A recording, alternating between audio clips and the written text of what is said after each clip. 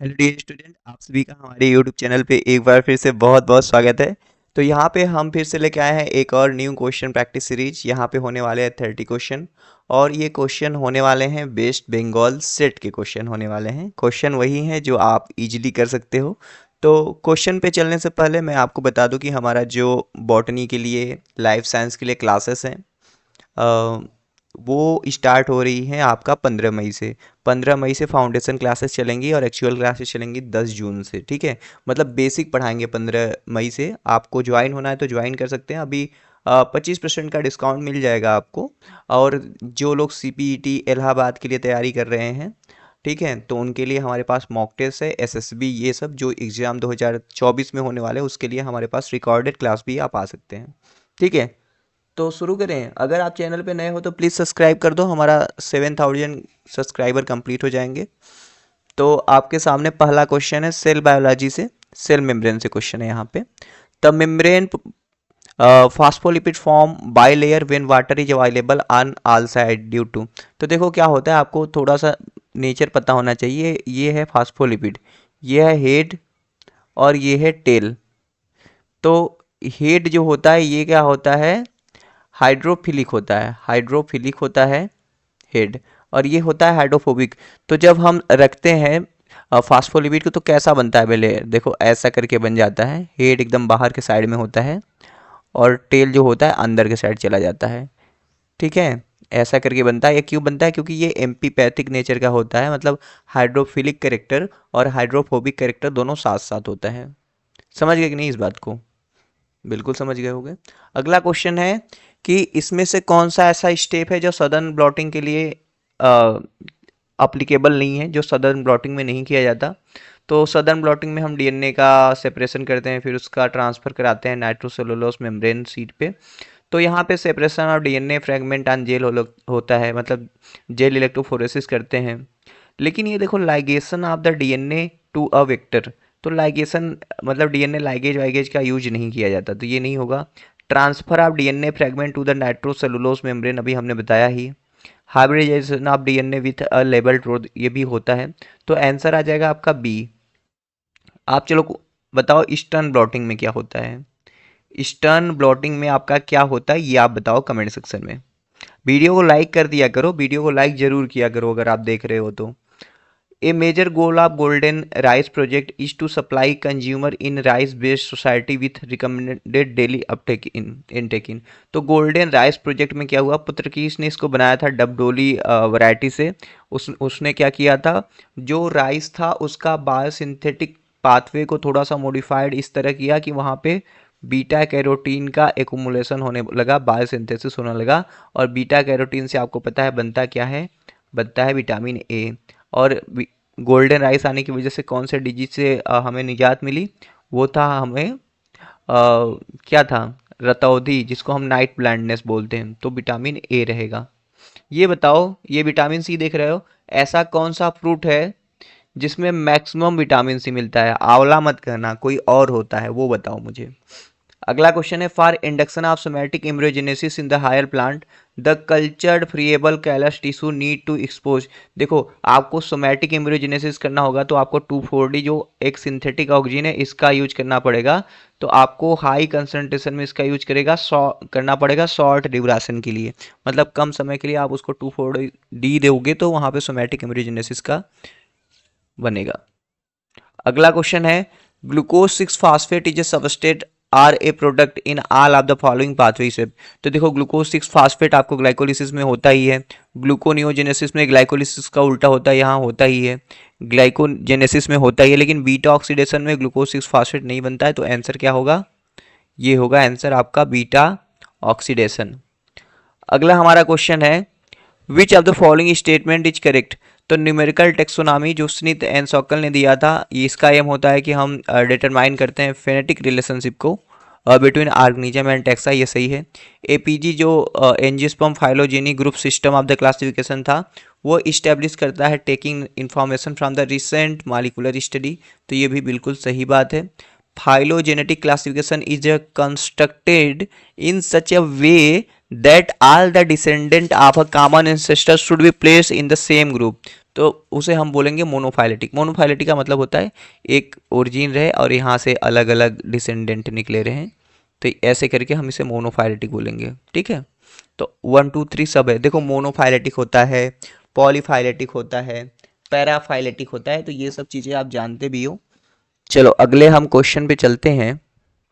Matching type का question है भाई। जैसे देखो SNRNA होता है कहाँ पे, ये mRNA की स्प्लाइसिंग में काम करता है। मतलब आपको यूकैरियोटिक में पता है ना, जो नॉन कोडिंग रीजन इंट्रॉन होता है उसको कट कर देते हैं, फिर एग्जान को जोड़ते हैं, तो पहला का मैच हो जाएगा, पांचवा और आंसर आपको मिल जाएगा, फिर भी हम देख लेते हैं। सनो RNA जो होता है, स्नो RNA बी, इसका कहाँ मैच होगा, इसका मैच होगा प्री RNA स्प्लाइसिंग में होगा। जिस जो होता है एक्स क्रोमोसोम का एक्टिवेशन इनएक्टिवेशन में काम करता है। ठीक है, MIRNA जो होता है आपका, ये जीन के रेगुलेशन में आपको पता ही होगा क्या होता है, RNA साइलेंसिंग, जीन साइलेंसिंग में काम करता है। और rRNA जो होता है प्रोटीन सिंथेसिस में काम करता है। तो देखो आपको rRNA पता है, SNRNA पता है, MIRNA पता है, तो आपको आंसर मिल जाएगा आसानी से। आइसो एंजाइम इसमें से कौन सा है, देखो ये जो लैक्टोज डिहाइड्रोजिनेज है, LDH जिसे हम बोलते हैं, ये मिलता है हमारे हार्ट में।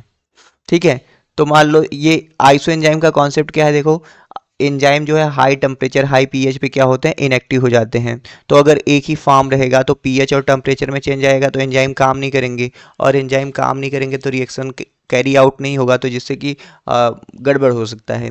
तो इसलिए वहाँ पे आइसो एंजाइम पाए जाते हैं जो डिफरेंट पीएच डिफरेंट टेम्परेचर पे काम कर सके और ये उस रिएक्शन को कैरी आउट कर सके। जैसे आपको पता है हार्ट को लगातार धड़कने रहना पड़ता है, उसको हमेशा एनर्जी चाहिए, तो वहाँ पे LDH चाहिए, लैक्टेट डिहाइड्रोजिनेज, तो उसका आइसो एंजाइम मिलता है वहाँ पे। चलो अगला क्वेश्चन है, chemical that is require for the maintaining the protoplast in intact condition during protoplast culture. तो फ्यूज कराते हैं तो आपका ब्रेक ना हो जाए, मतलब खराब ना हो जाए, तो वो मैनिटॉल उसको देखता है कि भैया वो इंटैक्ट कंडीशन में रहे। DMSO क्रायो प्रोटेक्टेंट है, मतलब कोई भी चीज़ है उसको स्टोर एकदम लो टेम्परेचर पे कर रहे हो तो वो कहीं ख़राब ना हो जाए, उसको बचा के रखना DMSO। और PVP तो ये अलग है, पेग होता है जो फ्यूजन में काम करता है। चलो अगला हमारा क्वेश्चन है, individual with greater mass have a smaller surface area to volume ratio. देखो मास का मतलब बॉडी साइज की बात कर रहा है, और बॉडी साइज की जब भी बात आती है, क्या है एलन, एक मिनट, हाँ हाँ, विच हेल्प कंजर्व हीट, हाँ, तो जब भी बॉडी साइज की बात आती है वहाँ पे बर्गमान रूल काम करता है। तो मतलब जो ठंडे जगह पे ऑर्गेनिज्म मिलते हैं उनका बॉडी साइज बड़ा होता है, सरफेस एरिया रेशियो तब छोटा हो जाएगा, तो बर्गमान रूल। एलन रूल क्या रहेगा, एलन रूल ये रहता है कि जो गर्म जगह पे रहते हैं उसके जो एक्सट्रेमिटीज होते हैं, कि जैसे नाक हो गया, कान हो गया, वो क्या रहते हैं, गर्म जगह वाले का क्या रहते हैं, ऐसे करके बड़े बड़े होते हैं। और छोटे जगह पे होते हैं उनके छोटे, ये ग्लोगर जो है कलर से है, कि जो गर्म जगह पे रहते हैं उनका कलर ब्लैक होता है, और जो ठंडे जगह पे होते हैं वो वाइट कलर के होते हैं। देखो ये सेल्फ फ्यूजन एक्सपेरिमेंट से है। सेल्फ फ्यूजन का मतलब समझ लो, जैसे ये स्टेज होता है ना, ऐसे करके स्टेज होता है, तो हमेशा देखो क्या होता है ना, जैसे देखो क्या है कि यस फेज में है, तो देखो अगर मान लो G2 फेज में है, तो G2 फेज में अगर कोई सेल है तो उसको अगर आप इधर वाले से फ्यूज कराओगे तो वो प्रोग्रेस करेगा सेल साइकिल में। अगर G2 को यम के साथ फ्यूज कराओगे तो नहीं हो पाएगा। तो यही चीज़ है, यस है तो यस को अगर G1 से फ्यूज होगा तो वो क्या करेगा, प्रोग्रेस करेगा, उसमें आएगा रेडियो एक्टिविटी, लेकिन G2 यम से करेगा तो नहीं काम होगा। तो यही चीज़ है, in a cell fusion experiment S phase में है, फ्यूज किया जा रहा है G1 G2 और यम फेज में, मतलब तीनों से फ्यूज कराया जा रहा है। The fused cell were grown in medium containing tritium label thymidine. Okay, maximum radioactivity कहाँ पे मिलेगा, तो कौन, देखो कैरी आउट जो होगा वहीं पे रेडियो एक्टिविटी ज़्यादा होगा। तो हमने बताया ना, ये जो इधर वाला रहेगा आपका, उसके पहले वाला, तो वहाँ पे कैरी होगा तो G1 होगा। देखो अगर यस फेज में G2 और यम में जो फ्यूज कराएगा ना, वहाँ पे कैरी आउट ही होगा नहीं, फ्यूजन सही से काम ही नहीं करेगा। In a diploid organism, segregation of two allele after a recombination event between the given gene and the centromere of the chromosome। तो यही चीज़ है भैया, आपको पता है, जैसे एनाफेज फर्स्ट में तो जैसे क्या होता है, आधा क्रोमोसोम इधर चले जाते हैं, आधा क्रोमोसोम इधर चले जाते हैं, without the splitting of centromere. लेकिन यहाँ पे जब बात कर रहा है सेंट्रोमियर की स्प्लिटिंग का, तो ये एनाफेज सेकेंड आएगा, राइट आंसर। अगला क्वेश्चन है कि ऐसा कौन सा सोर्स है C4 प्लांट में जो CO2 को देता है, तो पता ही है आपका, ये होता है आपका मीजोफिल सेल, ये होता है बंडल सी सेल। मीजोफिल सेल में मैलिक एसिड बन जाता है ऑक्जेलोएसिटिक एसिड से, तो फिर मैलिक एसिड जाता है बंडल सी सेल में, और मैलिक एसिड का क्या होता है, डीकार्बोक्सिलेशन होता है, और यहीं से कार्बन डाइऑक्साइड निकलता है। तो malic acid is the source of carbon dioxide in the C4 plant. Got it. चलो अगले क्वेश्चन पे हम चलते हैं। Which one of the following does not contribute to the productivity in the marine ecosystem. Productivity की बात कर रहा है, तो वहाँ पे जो फोटोसिंथेटिक ऑर्गेनिज्म रहेंगे वो प्रोडक्टिविटी मतलब प्रोड्यूसर रहेंगे। तो phytoplankton is the producer, algae is the producer, diatom and dinoflagellate will be also producer, but molluscan and crustacean is not direct producer. ये सेकेंडरी प्रोड्यूसर के रूप में आ सकते हैं, ठीक है, लेकिन ये आंसर नहीं होगा आपका। अगला क्वेश्चन है, which of the following statement about the nucleolus is false. Nucleolus के लिए कौन सा स्टेटमेंट गलत है यहाँ पे। तो न्यूक्लियोलस न्यूक्लियस के अंदर होता है। It is surrounded by lipid bilayer membrane. तो देखो भाई यहाँ पे मेम्ब्रेन अपसेंट होता है, लिपिड बाइलेयर नहीं होता है, तो यही आंसर होगा। It appear due to the synthetic activity of NOR region, तो ये सही है। It site of synthesis of RRNA, सही है। राइबोसोमल असेंबली भी होता है, सही है, तो ए होगा यहाँ पे आंसर। अगला क्वेश्चन है, देखो जो पेलिया है ब्रायोफाइट, तो वहाँ पे बेस स्ट्राइल सेल लोकेटेड होते हैं बेस ऑफ कैप्सूल में, मतलब बेसल इलेक्ट्रोफोर आपको पता होना चाहिए कि बेसल इलेक्ट्रोफोर पेलिया में होता है, ठीक है, तो ये इलेक्ट्रोफोर होता है। अगर हम बात करें क्वेश्चन एपिकल इलेक्ट्रोफोर का, तो आप बता सकते हैं एपिकल इलेक्ट्रोफोर, बताओ कमेंट सेक्शन में क्या होता है। एपिकल इलेक्ट्रोफोर क्या होता है? हाँ सही कह रहे हो, रिकार्डिया में होता है। चलो अगले, और स्यूडो लेटर कहाँ पे होता है पता है?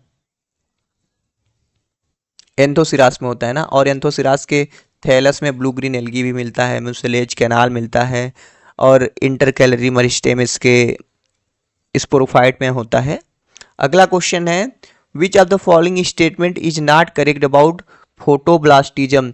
फोटोब्लास्टिज्म का मतलब है कि ऐसा सीड जनरेशन जहाँ पे लाइट उसको इंड्यूस कर रहा है। The phenomena photoblastism were discovered in lettuce seed, बिल्कुल सही बात है, ये क्या है, एकदम सही बात है। Germination of photoblastics lettuce seed is regulated by the pigment phytochrome, बिल्कुल सही बात है। Red light far red light. Phytochrome regulation lettuce seed germination is thought to be mediated by auxin, auxin नहीं जिब्रेलिन होना चाहिए, तो ये देखो गलत हो गया, यानी कि यही होगा आपका right answer. Red light irradiation induce the germination of lettuce seed, phytochrome है तो रेड लाइट को ही करेगा, तो ये सही है भाई। अगला हमारा क्वेश्चन है, a phytohormone which is produce by the plant under water deficiency condition.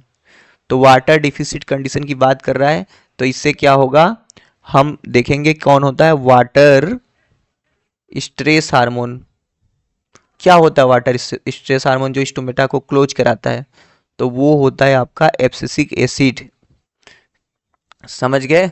Stomata को ओपन कराने वाला हार्मोन कौन होता है, वो होता है काइनेटिन या साइटोकाइनिन, ठीक है। ऐसे आंसर ना मारो, नहीं तो आप कंफ्यूज हो गए जब मैं PDF दूंगा कभी फ्यूचर में, ठीक।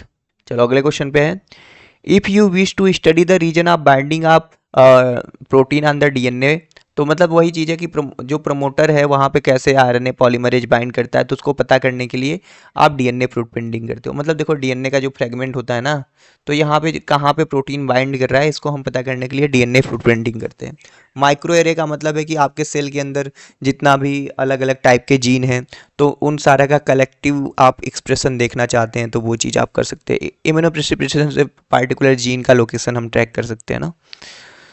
देखो एक सैंपल है DNA का, एडेनिन 40 है, थाइमिन 22 है, ग्वानिन 21 है, और साइटोसिन 70 है। अगर देखो एडेनिन 40 है तो थाइमिन भी 40 होना चाहिए था, अगर थाइमिन भी 40 होता फिर ये होते 10-10 करके, तो डबल स्टैंडर्ड DNA कहते। लेकिन इसका देखो कंपोजिशन बहुत ही इधर उधर है, तो ये सिंगल स्टैंडर्ड DNA मॉलिक्यूल है, ठीक है भाई। चारगाफ रूल को फॉलो नहीं कर रहा है तो सिंगल स्टैंडर्ड है, सिंपल, समझ गए। अगला हमारा क्वेश्चन है,